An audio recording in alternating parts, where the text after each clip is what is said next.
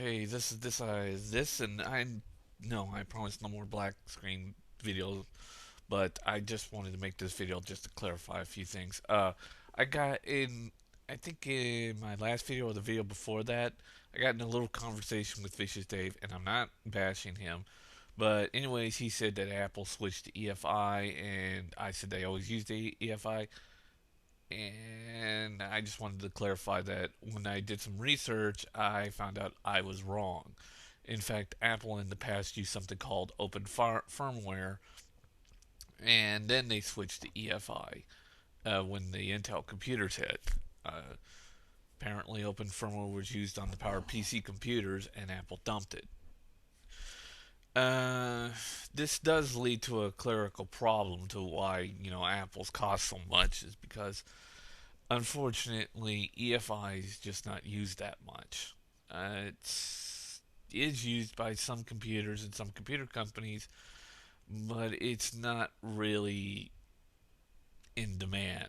It's mostly most computers nowadays just use BIOS, and it looks like if Apple wants to maybe fix some of the prices on their computers, they the thing is, you got to remember there's something called supply and demand.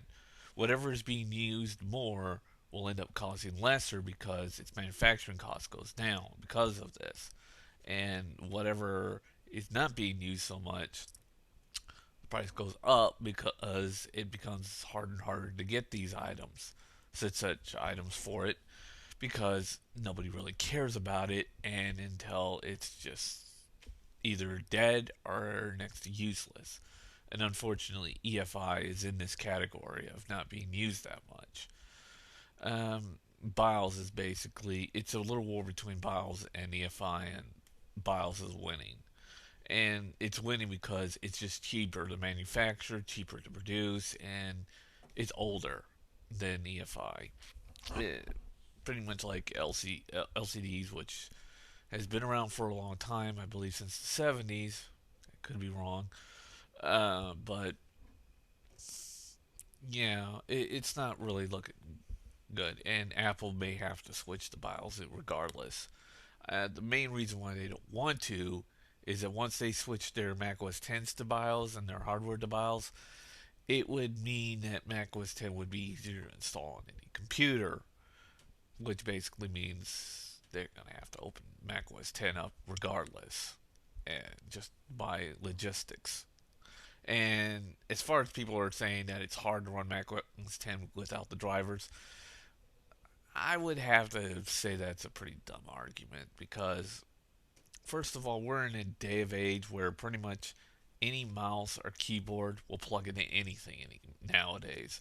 I mean, my iPod Touch will take any Bluetooth keyboard, and hell, even my Wii will take any Bluetooth keyboard. And this Mac will do pretty much the same thing too. In fact, I can hook up any keyboard to this Mac, and it will work. Oh, except maybe those PS2 slot keyboards, but those PS2 slots are dead. Along with I believe they were called VGA slots for Macs. I don't remember what the names were. But those two are dead. It's all straight up USB. PC, Mac, USB, just plug it in, it works. I mean, I got a Logitech mouse that told me that was only Windows 7 compatible and it would not work with anything else. And it's working perfectly on my Mac. Yeah. Uh, and of course, I mean, and the reason why I got a different keyboard is because I just don't like the Apple keyboard. And I do like the Magic Mouse. Don't care much for the Magic Trackpad. But yeah, it basically looks like Apple may have to go with BIOS regardless. And once that happens, then basically Mac OS 10 will have to be set free. I don't think it's going to hurt the hardware at all because, you got the big time Mac fans and they're just going to continue buying Mac hardware regardless. It just won't be so expensive as it is. The only thing I think that Apple really overpriced themselves on was their RAM. Everybody's pretty much agreed on that. They pretty much put up a big sign: "Don't buy Apple RAM. It's overpriced." And unfortunately, it is. It's been overpriced for years. and it's still overpriced. EFI, and the of course you got Bluetooth. Bluetooth isn't used much, and don't give me those. Oh, but we got these USB Bluetooth connectors. That doesn't really count. I'm talking built into the hardware. If it's not built in the hardware and you're just plugging in USB devices, I essentially will consider that to just be cheating.